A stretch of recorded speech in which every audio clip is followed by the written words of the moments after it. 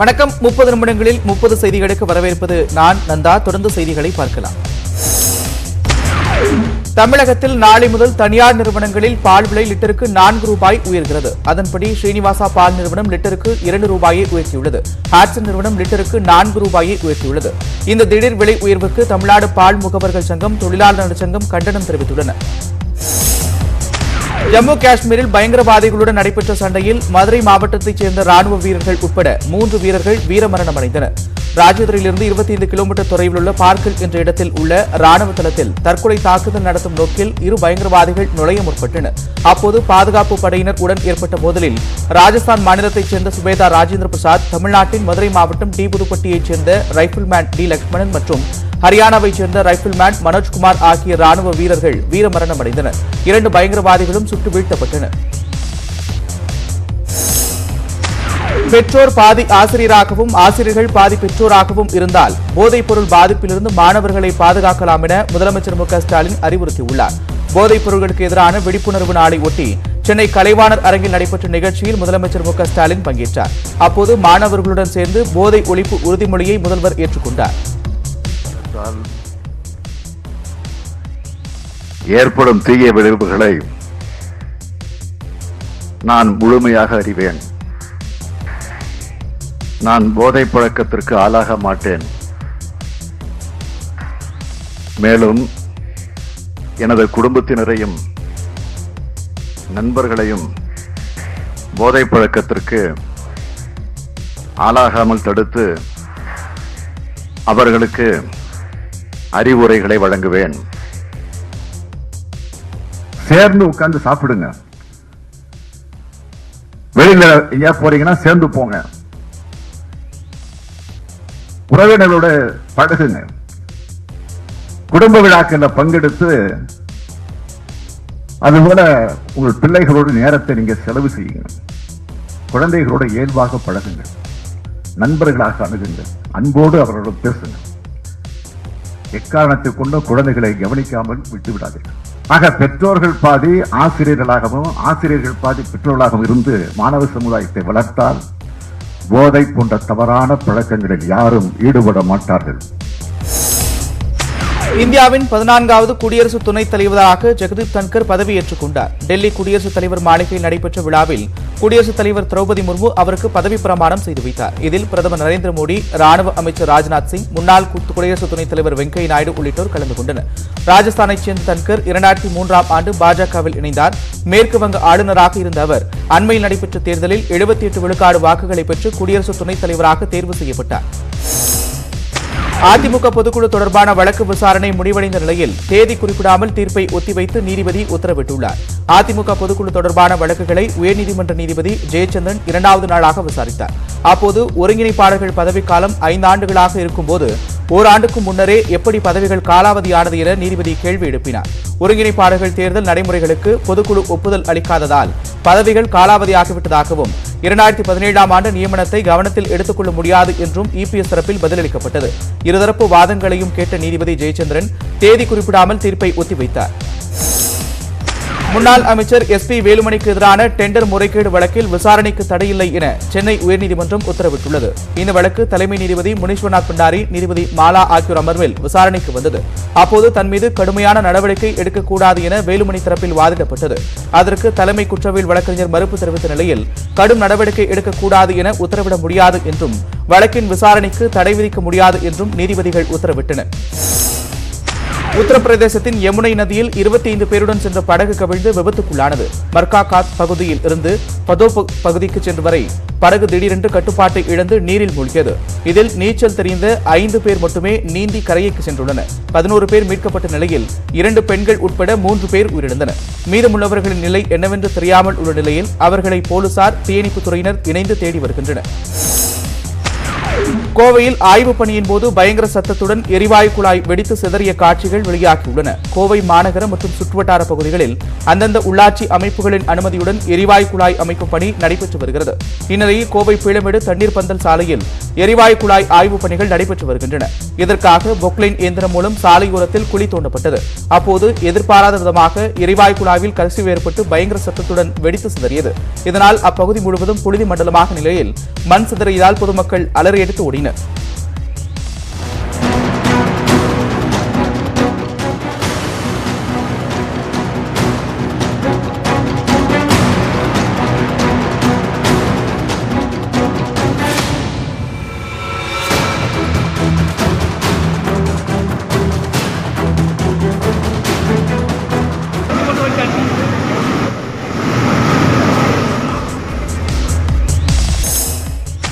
இலவசங்கள் வழங்குவது தொடர்பாக உச்சநீதிமன்றம் அமைக்கும் நிபுணர் குழுவில் இடம்பெற விரும்பவில்லை என தேர்தல் ஆணையம் பதில் மனு தாக்கல் செய்துள்ளது.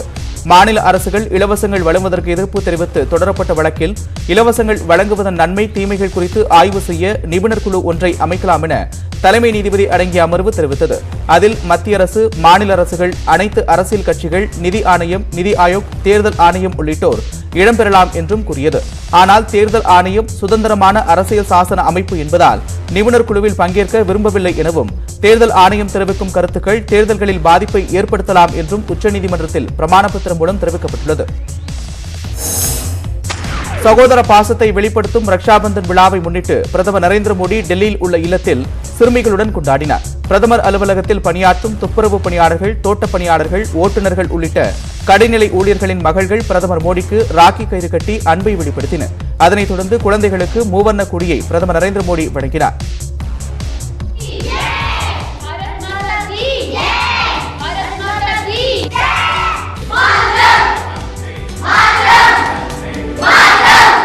नहीं देना है? Yes sir. कपड़े जाना है? Yes sir. घर पे लगाना है? Yes sir. जी सर. ये कलर कौन कहाँ रहना चाहिए? और ये कहाँ? नीचे. और ये? नीचे. गलती नहीं करोगे ना? नहीं. Yes sir. चलिए, बहुत खुश रहो. இதனிடையே பஞ்சாப் மாநிலத்திலும் ரக்ஷாபந்தன் விழா களை கட்டியது. அட்டாரி வாகா எல்லையில் நடன நிகழ்ச்சியும் நடைபெற்றன.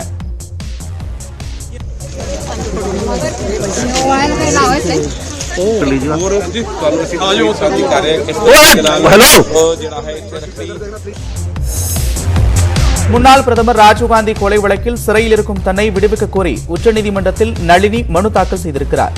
விடுதலை தொடர்பாக விசாரணை நடந்து முடியும் வரை இடைக்காலமாக தனக்கு ஜாமீன் வழங்க வேண்டும் எனவும் நளினி மனுவில் தெரிவித்திருக்கிறார்.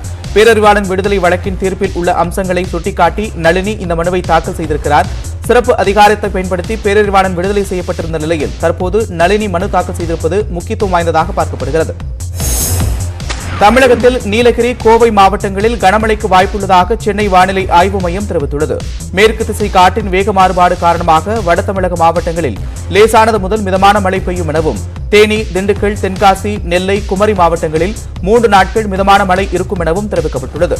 புதுச்சேரி, காரைக்காலிலும் 3 நாட்களுக்கு மிதமான மழை பெய்ய வாய்ப்பிருப்பதாகவும் சென்னையில் அடுத்த 48 மணி நேரத்தில் ஒரு சில இடங்களில் லேசான மழை பெய்ய வாய்ப்புள்ளது என்றும் தெரிவிக்கப்பட்டுள்ளது. கர்நாடக மாநிலம் கொப்பல் மாவட்டத்தில் இரு மதத்தைச் சேர்ந்த காதல் ஜோடி வீட்டை விட்டு வெளியேறி தப்பி ஓடியதால் இருதரப்பினர் இடையே கடும் மோதல் ஏற்பட்டது. இதில் 60 வயதான வெங்கையா மற்றும் 22 வயதான பாஷா ஆகியோர் உயிரிழந்தனர். மேலும் 6 பேர் படுகாயமடைந்துள்ளனர். அசம்பாவிதங்களை தவிர்ப்பதற்காக அங்கு 144 தடை உத்தரவு பிறப்பிக்கப்பட்டுள்ளது. காவல்துறையினர் தீவிர விசாரணை மேற்கொண்டு வருகின்றனர்.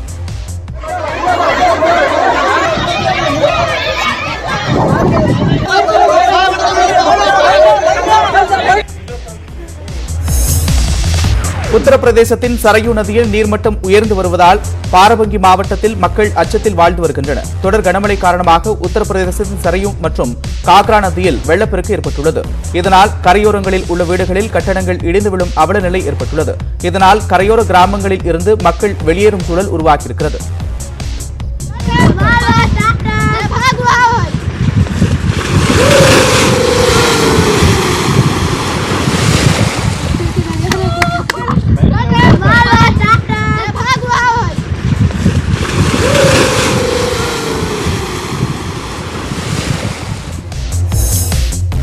இமாச்சல பிரதேச மாநிலத்தின் குழு பகுதியில் கனமழையால் ஏற்பட்ட வெள்ளப்பெருக்கில் கடைகள் அடித்து செல்லப்பட்டன. குழுவின் அன்னி பேருந்து நிலையத்தில் இந்த பேரிடர் நிகழ்ந்திருக்கிறது.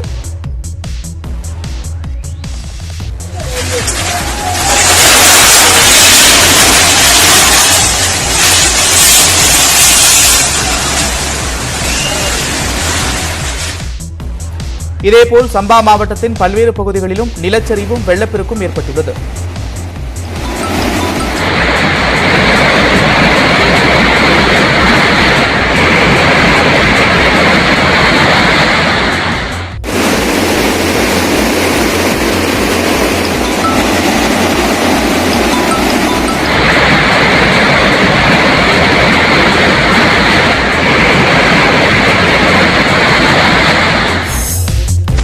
கேரளாவில் நகைக்கடைக்குள் காட்டுப்பன்றி ஒன்று கண்ணாடிகளை உடைத்துக் கொண்டு புகுந்தது. கேரள மாநிலம் திருச்சூர் மாவட்டம் திருர் பகுதியில் உள்ள நகைக்கடை ஒன்றில் திடீரென காட்டுப்பன்றி ஒன்று கடையின் முன்பக்க கண்ணாடி கதவுகளை உடைத்துக் கொண்டு கடைக்குள் புகுந்தது.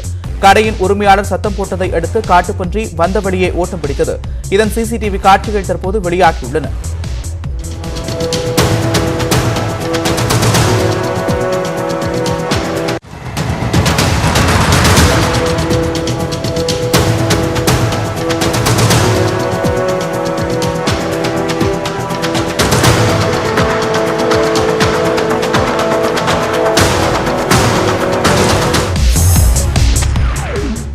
போதைப்பொருள் விழிப்புணர்வு குறித்து பள்ளி மாணவ மாணவிகள் கலந்து கொண்ட மெகா மனித சங்கிலி காஞ்சிபுரத்தில் நடைபெற்றது. காஞ்சிபுரம் மாவட்டம் பள்ளிக்கல்வித்துறை சார்பில் 3000 பள்ளி மாணவ மாணவிகள் இதில் கலந்து கொண்டனர். இந்த பிரம்மாண்ட மனித சங்கிலியை பொதுமக்கள் வியப்புடன் பார்த்து சென்றனர்.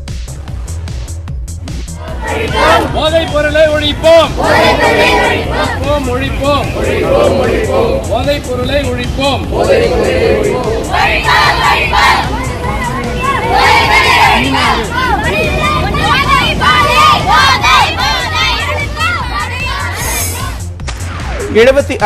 சுதந்திர தின அமுத பெருவிழாவை முன்னிட்டு கன்னியாகுமரியில் இந்திய ராணுவத்தின் அணிவகுப்பு நடைபெற்றது. 75வது சுதந்திர தினத்தை கொண்டாடும் வகையில் நாடு முழுவதும் பல்வேறு ஏற்பாடுகள் செய்யப்பட்டு வருகின்றன. இதன் ஒரு பகுதியாக கன்னியாகுமரி கடற்கரையில் ராணுவ வீரர்களின் தேசிய கொடி அணிவகுப்பு மரியாதை நடைபெற்றது. இதில் இந்திய ராணுவத்தின் 11வது பட்டாலியன் திருவனந்தபுரம் பாங்கோடு ராணுவ மையம் சார்பில் 75 வீரர்கள் கன்னியாகுமரியிலிருந்து திருவனந்தபுரம் பாங்கோடு ராணுவ மையம் வரை 75 கிலோமீட்டர் தூரம் வாகன பிரச்சார பயணத்தை தொடங்கினர். தொடக்க விழாவில் இடம்பெற்ற தமிழக மற்றும் கேரள பாரம்பரிய சிலம்பாட்டம், களரி நிகழ்ச்சிகள் பார்வையாளர்களை வெகுவாக கவர்ந்தன.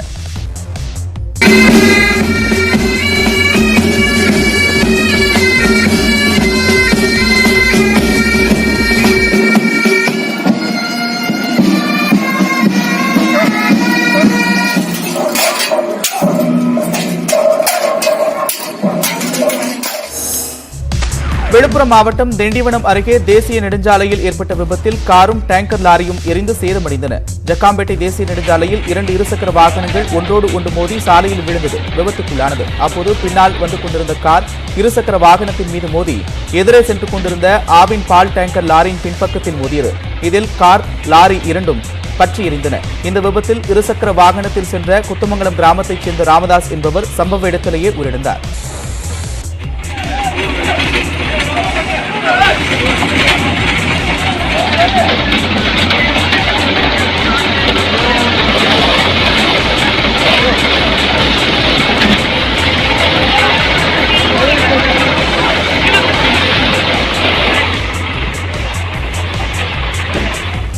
இடைவேளைக்கு பிறகு மற்ற செய்திகளை பார்க்கலாம்.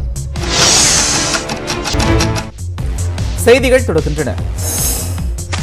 ஆடி திருவிழாவை ஒட்டி சேலம் அம்மாப்பேட்டை செங்குந்தர் மாரியம்மன் கோவிலில் நடைபெற்ற தேரோட்டத்தில் ஏராளமான பக்தர்கள் கலந்து கொண்டனர். இதனையொட்டி காலையில் அம்மனுக்கு சிறப்பு பூஜைகள், அபிஷேகம் நடைபெற்றது. பின்னர் அலங்கரிக்கப்பட்ட தேரில் அம்மன் எழுந்தருளினார். காந்தி மைதானத்திலிருந்து முக்கிய வீதிகள் வழியாக வலம் வந்த தேரை ஏராளமான பக்தர்கள் வடம் பிடித்து இழுத்து வழிபட்டனர்.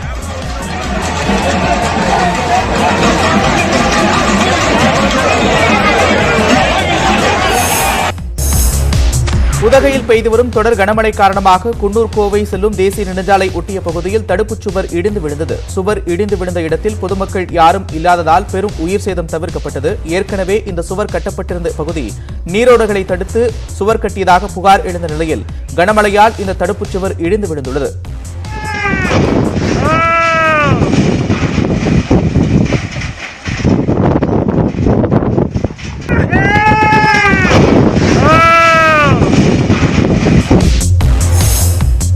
கொடைக்கானலில் பலத்த காற்று வீசி வருவதால் பிரையன் பூங்கா அருகே உள்ள படகு குழாமில் தற்காலிகமாக படகு சேவை நிறுத்தப்பட்டுள்ளது. இதனால் சுற்றுலா பயணிகள் படகு சவாரி செய்ய முடியாமல் காத்திருந்து ஏமாற்றத்துடன் திரும்பிச் சென்றனர். மேலும் நட்சத்திர ஏரியிலும் அனுமதி மறுக்கப்பட்டதால் அங்கு வெறிச்சோடி காணப்படுகிறது. கொரோனா தொற்றிலிருந்து விடுதலை பெற்றிருப்பதாக வடகொரிய அதிபர் கிம் ஜாங் உன் தெரிவித்திருக்கிறார். உலகம் முழுவதும் கொரோனா தொற்று பரவிய நிலையில் வடகொரியாவின் நிலை என்னவென்று தெரியாமல் இருந்தது. இந்நிலையில் கடந்த மே மாதம் ஒமைக்ரான் வகை கொரோனா தங்கள் நாட்டில் பரவியதை வடகொரியா ஒப்புக்கொண்டது. 48 லட்சம் பேருக்கு காய்ச்சல் இருந்த நிலையில் சிலருக்கு மட்டுமே கொரோனா தொற்று உறுதியானதாகவும் 74 பேர் உயிரிழந்ததாகவும் தெரிவித்திருந்தது.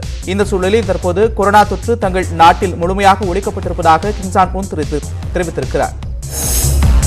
தென்மேற்கு பிரான்ஸ் பகுதியில் ஏற்பட்டுள்ள காட்டுத்தீயால் பல்லாயிரக்கணக்கானோர் பாதுகாப்பான இடங்களில் தங்க வைக்கப்பட்டுள்ளனர். இதனால் குரோன் பகுதியில் சுமார் 1200 ஹெக்டேர் அளவிலான வனப்பகுதி வரை சேதமடைந்துள்ளது. 17 வீடுகள் முழுமையாக தீக்கிரையாக இருக்கின்றன. 9 விமானங்கள், 2 ஹெலிகாப்டர்கள் மற்றும் 1000 வீரர்களை கொண்டு தீயணைக்கும் பணி நடைபெற்று வருகிறது.